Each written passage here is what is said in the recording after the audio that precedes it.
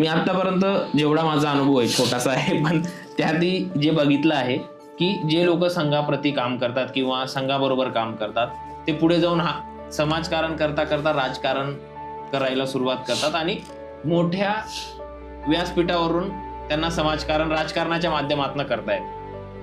तर मग तुमचा असा काही प्लॅन आहे का? हे बघा, लोकशाहीने प्रत्येकाला दिलेला अधिकार आहे. तो व्यक्ती संघात असो अथवा नसो, राजकारणात येऊ शकतो, कुठल्याही क्षेत्रात जाऊ शकतो, तो लोकशाहीने दिलेला अधिकार आहे. तुम्ही विचारला की संघात काम करणारे असं काही व्यक्ती, बंधन नाहीये ना संघात?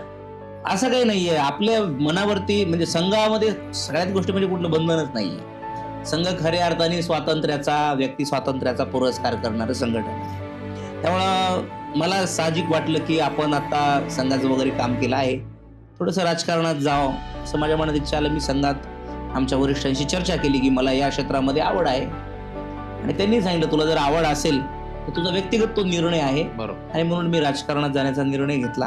आता मी परभणी जिल्ह्याचा उपाध्यक्ष आहे भारतीय जनता पार्टीचा.